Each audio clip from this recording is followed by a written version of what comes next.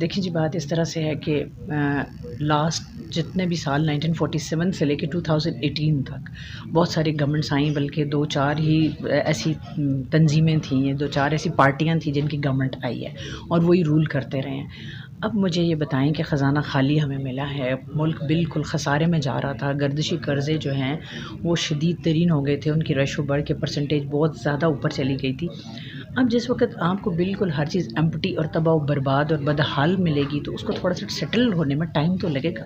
ابھی 2 سال ہوئے ہیں ہماری گورنمنٹ کو آئے ہوئے، اور 2 سالوں کے اندر آپ دیکھیں کہ چیزوں کو ہم نے کتنا سیٹل ڈاؤن کیا ہے۔ ایک IMF کی آپ جو انسٹالمنٹس دے رہے ہیں وہ آپ دیکھیں، نمبر 2 آپ یہ دیکھیں کہ کووڈ آتے ہی ہمیں کووڈ کا سامنا کرنا پڑ رہا ہے، اس کے علاوہ ایپیڈیمکس جو ہیں، کبھی سیلاب آ رہے ہیں، کبھی طوفان آ رہے ہیں، واٹ ایور جو بھی ہے، تو ان ساری چیزوں کو مینیج کرنے کے لیے ہمیں ٹائم چاہیے، اور اس ٹائم فریم کے اندر کچھ چیزیں ڈسٹرب بھی ہیں، ان کو ہم نے سیٹل کرنا ہے، اور گورنمنٹ کا فوکس جو ہے وہ عام آدمی کو ریلیف دینا ہے۔ کووڈ کے اندر آپ دیکھیں کہ انسٹالمنٹس کر دی گئی، ہمارے بجلی کے بلوں میں، ہمارے گیس کے بلوں میں انسٹالمنٹس کی گئی، اور کم از کم ریشو کے اوپر انہوں نے جو ہے بل کلیکٹ کیے ہیں گورنمنٹ نے، ٹھیک ہے۔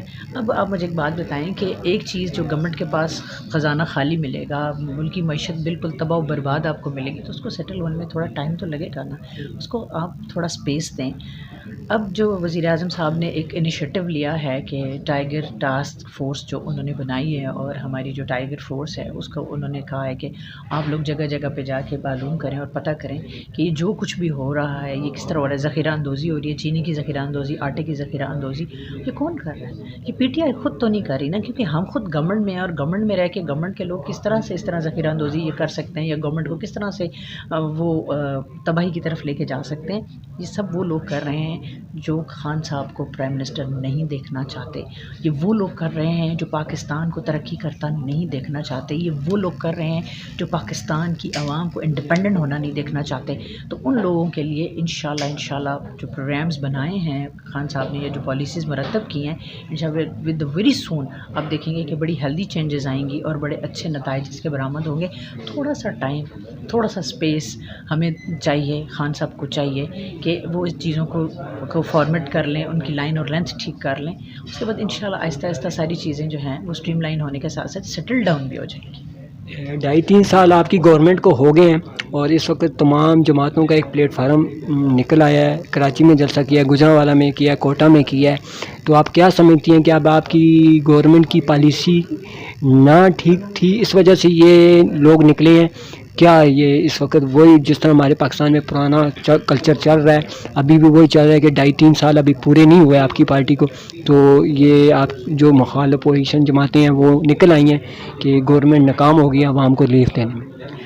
میں تو یہی کہوں گی کہ یہ کیا اپوزیشن جماعتیں ہیں، یہ کیا لوگ ہیں، کھسیانی بلی کھمبا نوچے، یہ وہ لوگ ہیں جنہوں نے پاکستان کو تباہ و برباد کیا، یہ وہ لوگ ہیں جن پاکستان کے عوام کا استحصال کیا، یہ وہ لوگ ہیں جنہوں نے اپنے خزانے بھرے، یہ وہ لوگ ہیں جنہوں نے فورن میں اپنی پراپرٹیز بنائی، یہ وہ لوگ ہیں جنہوں نے صرف اور صرف اپنی ذات کو فیسیلیٹیٹ کیا، یہ وہ لوگ ہیں وہ ہم سے سوال کرتے ہیں، کس قسم کے سوال کرتے ہیں؟ یہ فروٹ چاٹ، یہ جو 11 جماعتوں کا مربع اور اچار بنا ہوا ہے، یہ کیا کریں گے؟ اگر ان کے اندر کوئی کوالٹی ہوتی، یہ کچھ کر سکتے ہوتے، تو کیا عوام 2018 میں ان کو ووٹ دے کے دوبارہ سے ان کو اپنے سر پہ مسلط نہ کر لیتے؟ ان کو دوبارہ سے یہ حق نہ دے دیتے کہ وہ ان پہ رول کرتے؟ عوام نے ان کو 2018 میں مسترد کر دیا ہے، اور یہ اب بغلیں جھانک رہے ہیں، یہ کچھ نہیں کر سکتے۔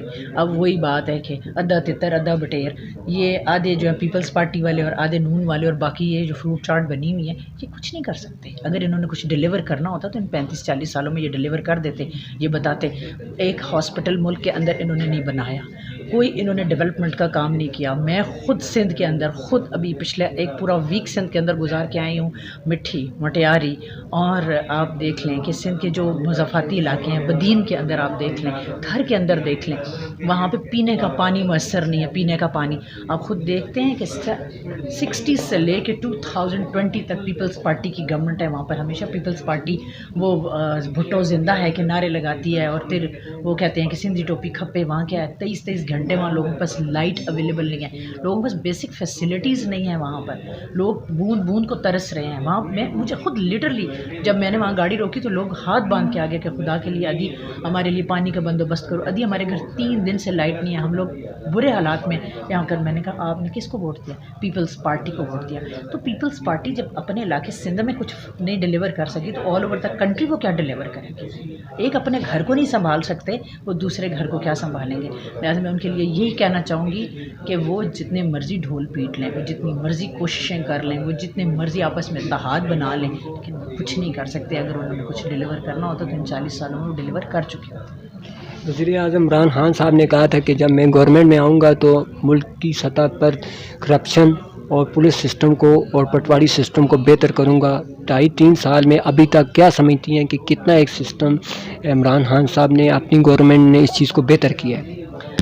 جی میرے خیال میں تو یہ سسٹم کافی زیادہ بیٹر ہو گیا ہے کہ ایک وقت ہوتا تھا کہ عام آدمی، میں عام آدمی کی بات کروں گی، میں کسی وزیر مشیر کی بات نہیں کروں گی، کسی فیوڈل کی بات نہیں کروں گی، میں ایک عام آدمی کی بات کروں گی کہ ایک عام آدمی کی اپروچ جو ہے نا وہ ایک اسسٹنٹ کمشنر تک بھی نہیں تھی. لیکن آج ایک عام آدمی جو ہے نا وہ اٹھ کے ڈپٹی کمشنر کے دفتر بھی جاتا ہے، وہ ڈی پی او کے دفتر بھی جاتا ہے، وہ سی پی او کے دفتر بھی جاتا ہے، وہ ایس ایچ او کے ساتھ بھی 1 to 1 بات کرتا ہے. کیا آج سے 2 سال پہلے 2018 سے پہلے کبھی آپ نے ایسا دیکھا؟ کبھی آپ نے دیکھا کہ ایک عام آدمی کو، عوام کو اتنا ریلیف ملا ہو، عوام کو اتنی زیادہ ویٹیج ملی ہو، عوام کو اتنا زیادہ آنر کیا گیا ہو؟ میں نے تو کبھی بھی نہیں دیکھا. میں نے تو ہمیشہ لائنوں میں لوگوں کو کھڑے ہوئے دیکھا. اس کے علاوہ آپ دیکھیں کہ آپ پولیس اسٹیشن پہ چلے جائیں کہ وہاں فوراً آپ کی شکایت درج ہوگی، آپ پی ایم پورٹل پہ ڈالیں، آپ سی ایم پورٹل پہ ڈالیں. کیا ان 2 سالوں سے پہلے کبھی پی ایم پورٹل اور سی ایم پورٹلز بنے؟ کیا ڈائریکٹ شکایات سی ایم تک اور پی ایم تک گئی ہیں؟ کبھی بھی نہیں گئی ہیں. اور ان کے اوپر امپلیمنٹ بھی ہوتا ہے. ابھی پچھلے دنوں ہمارے ایک ورکر ہیں، ان کے ساتھ ایک پرابلم ہو گیا. پی ایم پورٹل پہ انہوں نے ایک اپلیکیشن پٹ اپ کیا اور within no time 24 hours کے اندر سی پی او صاحب کو احکامات جاری ہوئے کہ اس بچی کا مسئلہ حل کیا جائے، اور ماشاء اللہ اس کا مسئلہ حل ہو گیا.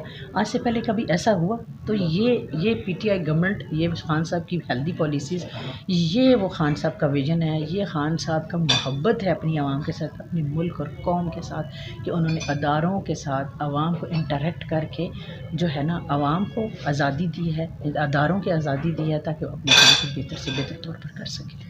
آپ تنظیم سازی میں، آپ کے پاس اس تنظیم سازی کا آپ حصہ ہیں اور ڈپٹی جنرل سیکرٹری ہیں نارتھ پنجاب کی. موجودہ گورنمنٹ پی ٹی آئی کی ہے، اور آپ مجھے یہ بتا دیں کہ تنظیم سازی سے کیا، جو موجودہ گورنمنٹ پی ٹی آئی سے ہے، تنظیم سازی میں کیا تنظیم سازی بہتر ہے، اور تنظیم سازی کو اختیار ہیں کہ وہ اداروں میں جا کے عوام کے مسائل حل کر سکیں، یا بے نام ہے؟ دیکھیے جی، میں تو کریڈٹ گوز ٹو خان صاحب، میرے لیڈر خان صاحب ہیں. اور خان صاحب نے تو ہمیں ایک چیز ہمیشہ سکھائی کہ کپتان جو ہے نا وہ تھکے ہوئے کھلاڑی کو بھی کھلا لیتا ہے. کپتان کا مطلب، ٹیم لیڈر کا مطلب کیا ہوتا ہے کہ پور سے پور پرفارمنس والے سے بھی پرفارمنس ڈیلیور کروایا. میں نے اپنی لائف کے اندر، میں خود اسٹوڈنٹ لیڈر ہوں، میں نے اپنے پولیٹکس کا آغاز اپنے اسٹوڈنٹ لائف سے کیا، اور میں ایک اسٹوڈنٹ لیڈر سے یہاں تک پہنچی ہوں الحمدللہ. سب سے پہلی بات تو میں کروں کہ پی ٹی آئی نے مجھے اتنا آنر کیا کہ پی ٹی آئی نے، میں ڈپٹی جنرل سیکرٹری ہوں نارتھ پنجاب کی. نمبر 2، میں نے آج تک اپنی لائف میں کسی بھی تنظیم کو اتنا منظم، اتنا بہترین اور اتنا اچھا کام کرتے ہوئے نہیں دیکھا. کہ آج تک جتنی بھی تنظیمیں بنی ہیں وہ ایک دن بنی دوسرے دن ختم ہو گئی، یا پھر وہ لائف ٹائم بن گئی کہ اگر میں پریزیڈنٹ ہوں تو میں جب تک زندہ ہوں میں نے پریزیڈنٹ ہی رہنا ہے، اگر میں جنرل سیکرٹری ہوں تو جب تک زندہ ہوں جنرل سیکرٹری رہنا ہے. لیکن ہماری پارٹی نے، پاکستان تحریک انصاف کی جماعت نے ایسا انصاف کیا ہے. آپ نارتھ پہ اٹھا کے دیکھ لیں، آپ یوتھ پہ دیکھ لیں، آپ مدر باڈیز کے اندر دیکھ لیں، آپ ڈسٹرکس کے اندر دیکھ لیں، منظم طریقے سے ہم نے تنظیم سازی کی ہے. کہ پہلے ہماری سینٹرل کی تنظیم بنی، پھر ہماری نارتھ کی، ہمارے ریجنز کی تنظیمیں بنی. 18 ریجنز ہیں اس وقت پورے پاکستان میں پی ٹی آئی کے، جو ہماری تنظیم کے. اس کے بعد ہماری یوتھ کی تنظیم بنی، پھر ہماری مدر باڈیز بنی، ہماری ورکنگ کمیٹیز بنی. اور سب سے بڑی جو بات ہے کہ ہمارا پورا ایک مینوفیسٹو ہے. آج سے پہلے کسی تنظیم میں کوئی منشور نہیں بنایا کسی تنظیم نے بھی اپنی لائن اور لینتھ کلیئر نہیں کی، اور ہماری اکاؤنٹیبلٹی بھی ہوتی ہے. صرف یہ نہیں کہ تنظیم بن گئی، میں ڈپٹی جنرل سیکرٹری ہوگی، کوئی پریزیڈنٹ ہو گیا، کوئی جنرل سیکرٹری ہو گیا، کوئی وائس پریزیڈنٹ ہو گیا. Not at all. ہماری باقاعدہ طور پہ اکاؤنٹیبلٹی ہوتی ہے، اور ہماری ہر 3 مہینے کے بعد ایک رپورٹ ہوتی ہے. جس طرح آپ لکھتے ہیں نا کہ آپ کی ایک رپورٹ کریکٹر رپورٹ بنتی ہے، ٹھیک ہے، اس طریقے سے اداروں میں جیسے بنتی ہے، اس طریقے سے ہماری تنظیم میں بھی ایک کریکٹر رپورٹ بنتی ہے کہ ہم نے 3 منتھس میں 90 ڈیز میں کیا ڈیلیور کیا، عوام کو کیا ڈیلیور کیا، پارٹی کے لیے ہم نے کیا مفید کام کیے ہیں، پارٹی کے لیے کیا ڈیولپمنٹ ہم نے کی ہے، ہم نے لوگوں کو کیا ریلیف دیا ہے پارٹی کے پلیٹ فارم کے اوپر.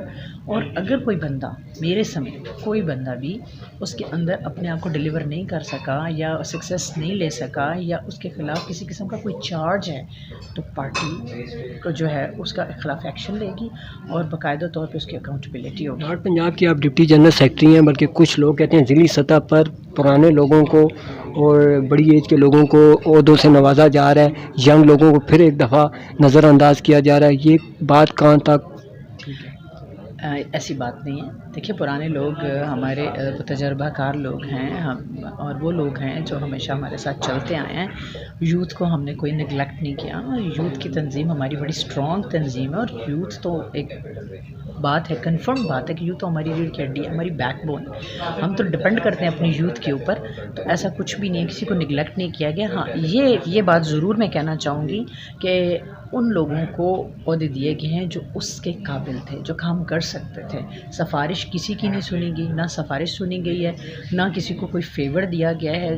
بالکل 100% میرٹ کے اوپر فیصلے کیے گئے ہیں، اور آگے بھی ہمارا یہی منشور ہے کہ ہم نے میرٹ کے اوپر فیصلے کرنے ہیں.